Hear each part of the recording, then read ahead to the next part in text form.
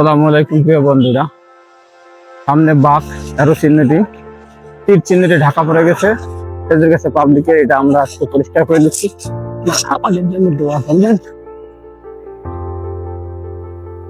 দোয়া করবেন যেন ড্রাইভার ভাইদের আমরা উপকার করতে পারি। এটা আপনারা আমাদের জন্য দোয়া করবেন, আমরা একটা এভাবে করতে পারি। এটা আপনাদের কাছে আমাদের